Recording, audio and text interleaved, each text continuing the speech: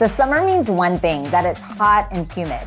As an athlete, do you know what the signs are that you're dehydrated and that you need to stop and rehydrate before continuing your exercise?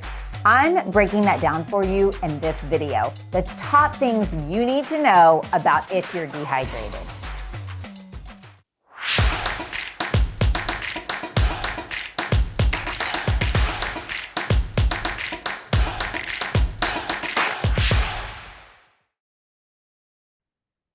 Welcome to the Sports Nutrition Playbook channel. I'm Amy Goodson, sports dietitian.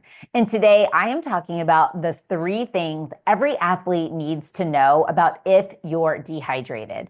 We know that dehydration can cause performance decline for athletes, but it can also have a lot of negative consequences on how you feel and how fast you recover, so many things.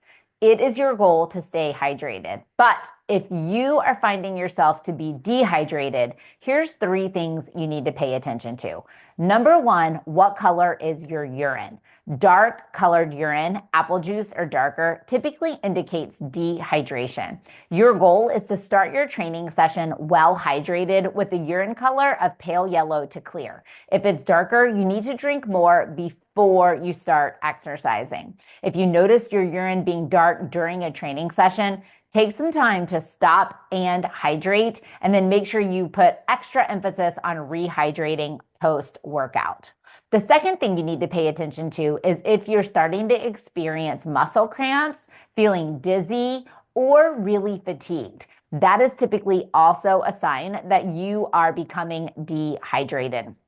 We know that hydration is so important. And when you become dehydrated, your mental acuity or your mental focus can decline. Your performance declines. You can start to feel really tired, as well as just overall not feel well, like you're dizzy, maybe a little lightheaded. So if you're experiencing any of those symptoms, it's time to stop and drink both fluid and electrolytes.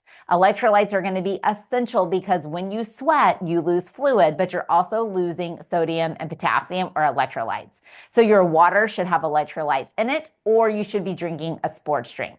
The third thing that you need to pay attention to notice or tell if you're dehydrated is if you're starting to feel nauseous. If you are starting to feel nauseous, this is your sign to stop and immediately contact an athletic trainer or a coach.